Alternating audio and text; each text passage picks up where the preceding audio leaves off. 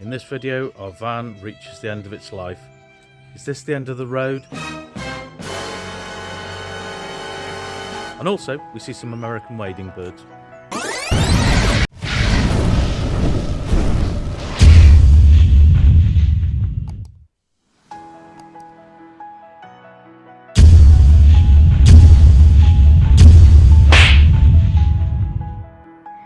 Hey folks, it's been a long journey. We are in Norfolk, and as you can see, we're in a travel lodge again. We have a little bit of bad news we're going to start this video off with. Hopefully it'll get better. Our van, we've been working on, trying our very best to fix up. It's kaput. It needs a brand new engine. Which There's is not an awful lot of work that needs to be done on it. We didn't know until obviously we did the other bits of work, but yeah. It's not cost effective. We got a cool time on that. Which is a real shame because it's got sentimental value as well as being our little kind of home away from home.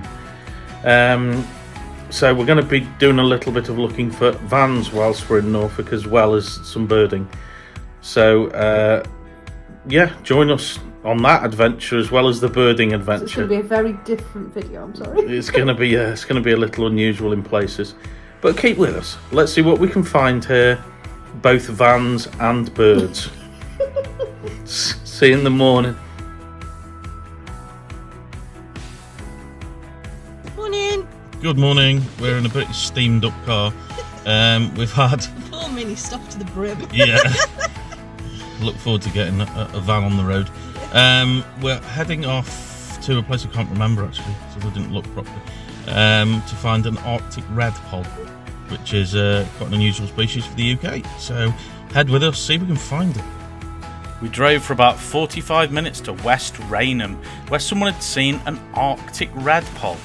When we arrived, it was just a country lane, but there were plenty of other birders there, looking over a field and into some hedges and trees at the back of the field. Apparently, the Arctic Redpoll had been seen towards the back of the field, but also in the hedgerows to one side of the field. On previous days, there'd been an even rarer rustic bunting. Looking towards the hedges, there were plenty of birds there. Most of them, though, were reed buntings. Our Arctic Redpoll did make a brief appearance. It flew in front of us out of the tree into some vegetation. Unfortunately, I wasn't quick enough with the camera to get any footage. We did see a big flock of lesser Redpoll, with one slightly paler one in the middle. I don't think it's the Arctic Redpoll. I think it's possibly a mealy Redpoll, but feel free to comment, and if it is a different species than the lesser Redpoll, we'll add it to our count. After staying here for quite a while, with no luck with the rustic bunting, we decided to move on. Hey. There she is, the love of my life. So at the last place, we went to see the Arctic Redpoll. We did actually see it very briefly in flight. So we can count that as a lifer, but I've got no footage, so we can't count it on our challenge. Which is a bit of a shame. There was also apparently potentially a rustic bunting present, but nobody could find it, so that was a little bit disappointing as far as footage for you guys. So we've come to Cley Marsh's nature reserve to try and find an American wader, a long-billed dowitcher. Let's see if we can find that. It was a beautifully sunny day, and we wandered down towards the hide where the dowitcher had been seen. On the way, seeing a few grey-lag geese. When we arrived, there was a few other birders and plenty of birds out in front of us. The most active and noisy being the groups of avocet. These were feeding and some of them were scrapping a bit. Also feeding in front of us, quite close in, was some black-tailed godwit. And towards the back, there were plenty of other waders, like this mixed group, redshank, rough and godwit. One of the other birders in the hide, Alex, who's one of our subscribers, pointed the dowitcher out to us. It was towards the back of the pool, feeding with a black-tailed godwit. It walked out into the open for a short time. You can see it here, the smaller of the waders. But then it walked into some quite high vegetation, which obstructed clear views.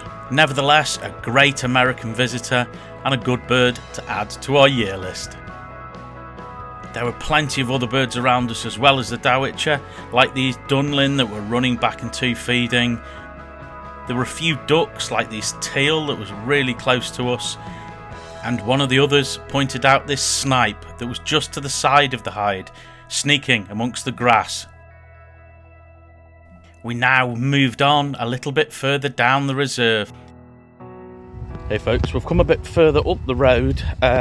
We've met one of our subscribers at Cley Marshes called Alex. Really lovely to meet you. He's told us where we might find some spoonbill, which is another really cool bird for our year list. So stick with us, let's see if we can find them.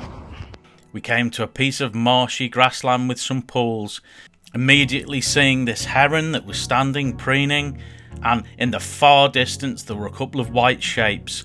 It was difficult to see because there was horrendous heat haze, but these were our spoonbill. Myself and Cley decided to walk along the bank to see if we could get better views. But as soon as we climbed up onto the bank, the two spoonbill flew away. Not the best footage, but footage all the same, and we can count them for our year list. Now on to find some geese. Hey folks, you can see Kaylee behind me. She's scanning through lots and lots of geese. We're at a place called Stiffkey, where apparently earlier today someone spotted a red-breasted goose, which would be great for our year list. Although currently scanning through the hundreds of Brent geese here, we haven't picked it out, and scanning further out this horrendous heat haze. We'll see if we can find anything, and I think after that, I don't know, we might have to go and look for a van. But stick with us.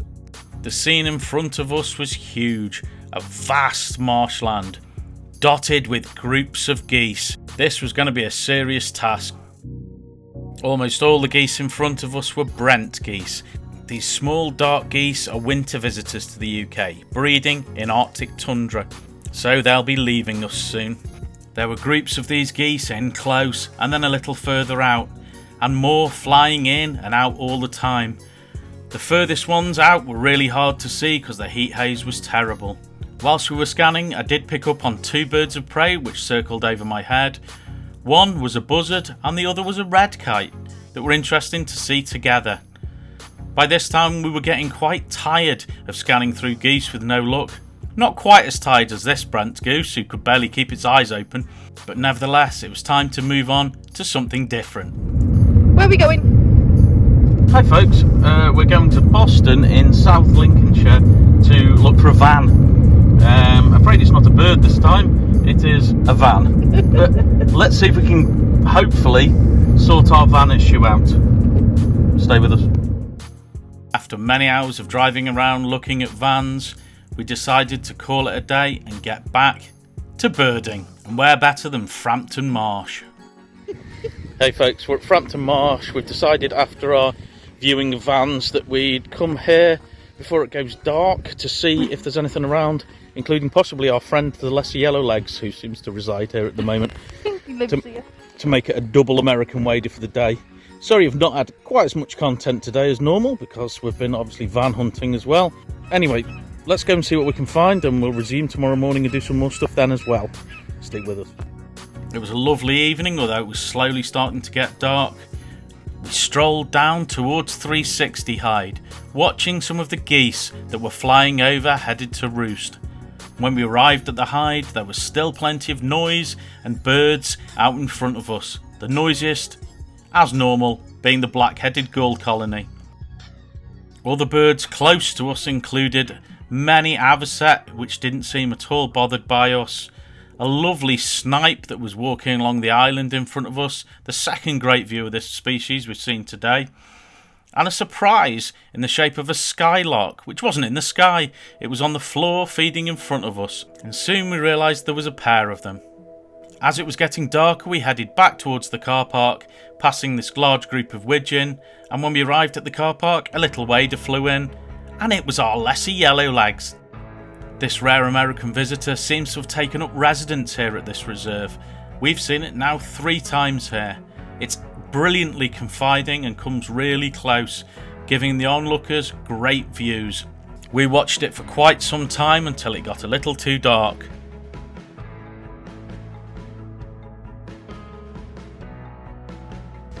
Morning folks. We're at a very rainy Frampton Marsh again. It's really wet and horrible. We're going to stay here for an hour or so just to see what's around. We are going to head home a little earlier, cut the video a bit shorter than normal, and we'll explain why in a little bit. Let's see what we can find here this morning in the rain. It was a little different from the previous visit to Frampton Marsh the night before. Today it was hammering it down, so we hot-footed it to the Hyde. We're in the Hyde. It's a little bit drier than outside. I've got very wet feet from the walk over though. There's a lot of bird life, very noisy gulls, some waders. I've just seen a godwit landing. We've both got very wet glasses. You need to do windscreen wipers. Yeah, they need to do something like that. We're going to have a peek out here. That skylark's back. Going on the floor there. We had a skylark yesterday and it's come back. Right, let's see what we can find, guys. The beautiful skylarks we'd seen the previous day showed again right in front of the Hyde, feeding on the grass. And out in front of us, not much different from the previous night. Still, lots of noise coming out of the black-headed gull colony. There were a few of them scrapping over areas, like these two that were bickering. They looked like a disgruntled married couple. Also, in really close to the shore, there was some beautiful avocet feeding. Amongst the ducks present nearby, there was some gorgeous-looking teal that were dabbling in the mud. And there was also this male widgeon that was making a right meal of trying to get itself back in the water after being on the bank. It was really funny to watch. Some of the waders present that we didn't see the previous night included this lovely ringed plover that was preening. And scanning the grass bank in between the pools, there was oyster catchers aplenty, like this individual. Nearby on the other side of the bank there was a bird that you don't often see that close, which was a curlew. This one happily pecking around, feeding in front of us. Amongst some of the higher vegetation there was a few redshank that were picking up bits of food out of the grass. We decided now to head back towards the visitors centre and the car park, passing the same group of widgeon that appear to love the field by the car park. Looking out from the car park, there was this lovely pied wagtail that was picking off insects from the water's edge. It didn't take long to find the star of the show again, the lesser yellowlegs, who fed really close in front of us in the mud, giving us great views again. I never really get tired of this bird. It's such a cool little wader, and I wonder how long it's going to stick around here. But now, unfortunately, we had to cut our birding short, leaving our yellowlegs and the noisy lapwings behind. Hello. How you doing, everybody? We found our yellowlegs again, like we did last night. He's putting on a right show for a few birders over there, which is great. We came early. We saw a lot of the normal kind of waders and ducks and stuff. It was really nice to kind of have the Hyde to ourselves as we came here early. We do have to make an early dart and cut this video a little shorter than normal because we've got to go pick something up. We'll show you in a bit. A good few hours of interesting driving later, we arrived home. Hey folks, as you know at the start of the video, our trusty van that you can see behind us that we're stood in, which we've had for a while, is very broke. We've had a lot of work done to it, and unfortunately it's not cost effective to go on, although there's a lot of love for this van.